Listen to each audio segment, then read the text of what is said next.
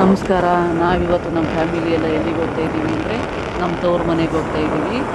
ತವ್ರ ಮನೆ ಎಲ್ಲಿ ಬರುತ್ತೆ ಅಂದರೆ ಮಂಡ್ಯ ಜಿಲ್ಲೆ ನಾಗಮಂಗಲ ತಾಲೂಕು ದೇವಲಾಪುರ ಹೋಗಿ ಜಿ ಬೊಮ್ಮನಹಳ್ಳಿ ಮತ್ತು ಮದನಟಮ್ಮ ಅಲ್ಲಿ ನಮ್ಮ ಜಿ ಬೊಮ್ಮನಹಳ್ಳಿನೇ ನಮ್ಮ ತವ್ರ ಮನೆ. ಅಲ್ಲಿಗೆ ಬಂದ್ವಿ.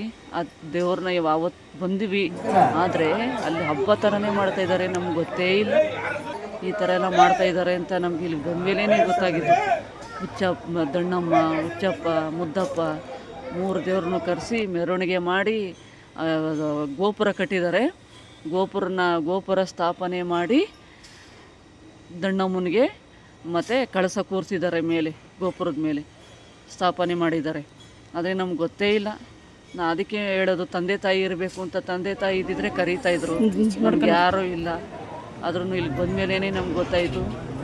ಅದಕ್ಕೆ ದೇವರು ಮಡ್ಲಕ್ಕಿ ಕೊಡೋಣ ಅಂತ ಬಂದಿದ್ವಿ. ಮಡ್ಲಕ್ಕಿ ಎಲ್ಲ ಕೊಟ್ಟಾಯಿತು. ಆ ತಾಯಿನ ಆಶೀರ್ವಾದನೂ ತೊಗೊಂಡ್ವಿ. ನಡಿ ಮೇಲ್ಗಡೆ ಹೋಗಿ ನೋಡ್ಕೊಬರೋಣ ಅಂತ ಬಂದ್ವಿ. ನಾನು ನನ್ನ ಚಿಕ್ಕ ಮಗಳು ಮೇಲೆ ಕತ್ತಿದ್ವಿ, ನಮ್ಮ ಮನೆಯವರೆಲ್ಲ ಕೆಳಗಡೆನೆ ಕೂತಿದ್ವಿ. ಅದೇ ತುಂಬ ಖುಷಿ ಆಯಿತು. ತಾಯಿ ಆಶೀರ್ವಾದನೂ ತಗೊಂಡ್ವಿ.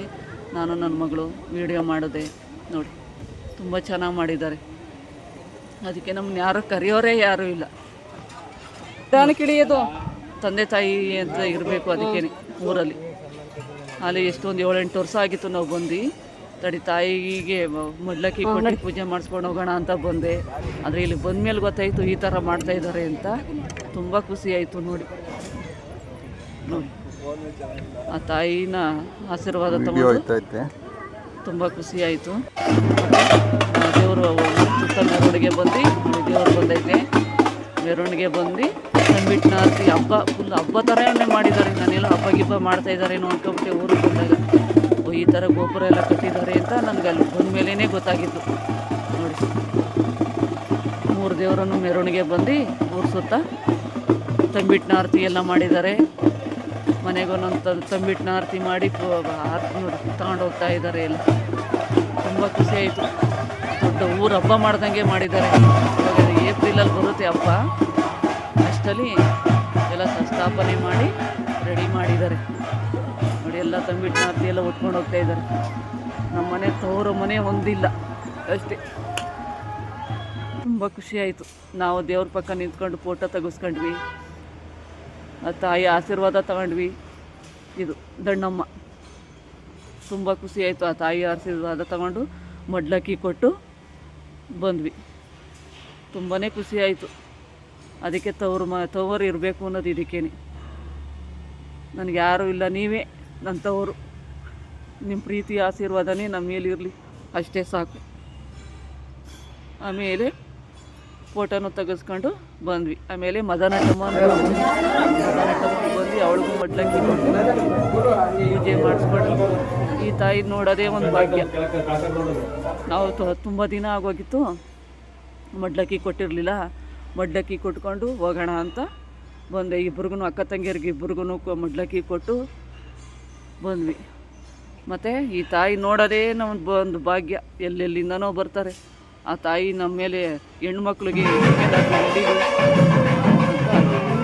ಮಡ್ಲಕ್ಕಿ ಕೊಟ್ಕೊಂಡು ಬಂದಿದ್ದೀವಿ. ಹೊರಗಡೆ ಹೋದ್ರೆ ಬಂದು ಫೋಟೋ ತಗೊಂಡು ವೀಡಿಯೋ ಮಾಡಿಕೊಂಡು ಆ ತಾಯಿ ನೋಡೋದೇ ಒಂದು ಭಾಗ್ಯ. ತುಂಬ ಖುಷಿ ಆಯಿತು. ಇಲ್ಲೂ ಅಷ್ಟೇ, ಇಲ್ಲೂ ದೇವ್ರ ಮೆರವಣಿಗೆ ಎಲ್ಲ ಮಾಡ್ತಾಯಿದ್ರು.